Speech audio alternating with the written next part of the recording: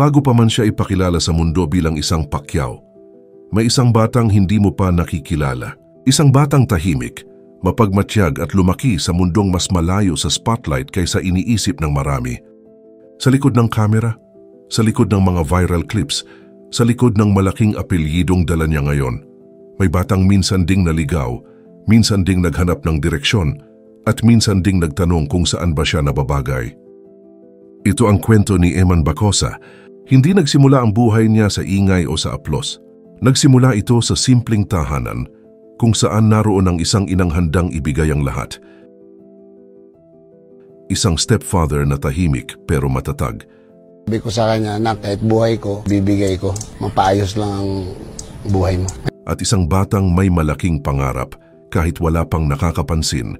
Wala siyang access sa glamour, wala siyang VIP privileges, wala siyang red carpet. Ang meron lang siya, pamilya, dasal at kakarampot na pagkakataong pwede sanang hindi niya napansin, pero pinili niyang sungaban. Pero bago po ang lahat, baka pwedeng palike muna ang video na ito. Isang simpleng click lang, pero malaking tulong yan sa aming mga content creators para makagawa pa ng mga kwentong gaya nito. Maraming salamat po. Kung tutuusin, hindi boxing ang unang ninanais para sa kanya. Ang gusto ni Manny Pacquiao ay isang buhay na hindi na kailangang pagdaanan ng hirap na minsan niyang tiniis. Sa isip ni Manny, sapat na siyang lumaban ng libu-libong rounds. Sapat na ang dugo at pawis na ibinuhos niya para mabigyan ng mas magandang buhay ang mga anak niya. Kaya si Eman, gusto sana niyang ilayo sa panganib, bigyan ng oportunidad sa Amerika at hayaan siyang mabuhay ng mas payapa. Pero minsan, kahit anong plano ng magulang, may landas na tatahakin ang anak ng kusa. At para kay Eman, ang boxing ay hindi danger, kundi calling. Hindi ito takas, hindi ito pag-escape. Para sa kanya, boxing ang unang bagay na hindi lang niya gusto, kundi naramdaman niyang kailangan niya. Pero hindi agad kumagat ang mundo sa pangarap niya, dahil totoo ito. Si Eman Bacosa ay hindi lumaki na kilala bilang Pacquiao. Wala siyang apelyidong kinikilala ng buong bansa.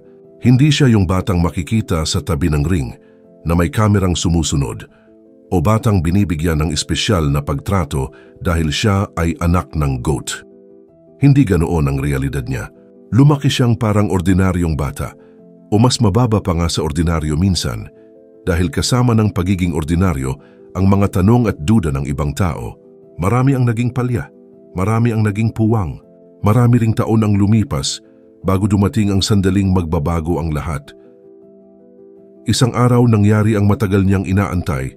Kinilala siya ni Manny. Hindi engrande, hindi para sa kamera, hindi para sa showbiz. Isang tahimik na sandali, isang pirma, isang yakap. At doon, bumukas ang pintong dati ay parang sarado para sa kanya. Pero kahit kinilala na siya, hindi ito naging shortcut sa tagumpay. At hindi rin nagbago ang puso niya. Dahil kahit hawak niya ang apelyidong Pacquiao, hindi niya ito ginawang dahilan para maging kampante. Sa halip, ginawa niyang paalala na kailangan niyang patunayan na karapat-dapat siya hindi sa pangalan, kundi sa sarili. At dito pumapasok ang pinakamalalim na dahilan kung bakit nagboxing si Eman. Bata pa lang siya, ramdam na niya ang bigat ng buhay. Hindi siya laging sigurado kung saan siya nababagay. Hindi niya agad nahanap ang sariling identity. Kaya nang makita niya ang boxing, para bang may bumukas na pintong matagal nang naghihintay. May nakita siyang mundo kung saan hindi mahalaga kung sino ang ama mo, kung gaano kayo kayaman o anong apelyido ang dala mo. Sa ring, ikaw lang at ang lakas ng loob mo. Pero hindi ito madaling laban. Mismong nanay niya ang unang tutol. Sino ba namang ina ang gustong makita ang anak na tinatamaan, nasasaktan at humaharap sa panganib? Pero may isang taong umunawa, ang stepfather niya. Ang taong unang nakakita ng determinasyon niya. Siya ang nagbukas ng pintuan sa mundo ng boxing at palihim na dinala siya sa training. Walang mamahaling gamit, walang perpektong gym, pero sapat ang simpleng gloves, pawis at pag-asa para mabuo ang puso ng isang mandirigma. Habang lumalaki, hindi lang katawan niya ang tumitibay, pati puso niya, pati pagkatao niya. At habang pinapatatag siya ng boxing, may panibagong pintong biglang bumukas. Ang showbiz, isang tahimik na batang hindi sanay sa kamera, biglang tumayo sa harap ng spotlight. Hindi niya ito plinano, hindi niya ito pinangarap, pero dumating ang pagkakataon. At dahil natural ang presence niya, agad siyang nakita ng Sparkle GMA. Hindi dahil anak siya ng isang legend, kundi dahil may mga mata siyang may lalim, presensya siyang hindi pilit, at aura niyang tumatatak kahit isang tingin mo lang. Nang pumirma siya bilang exclusive Sparkle artist, para siyang binigyan ng panibagong mundo. May workshops, may shoots, may interviews, at sa mga interviews na iyon, unti-unti siyang nakikilala ng tao lalo na nang diretsahan niyang inamin kay Tito Boy kung sino ang crush niya. Si Jillian Ward po. Isang simpleng sagot na nagpaingay sa internet. May sasabihin ka kay Jillian Ward? Anong gusto mong sabihin? Nanonood yan? Anong sabihin mo kay Jillian? Hi po. Sana magkita po tayo.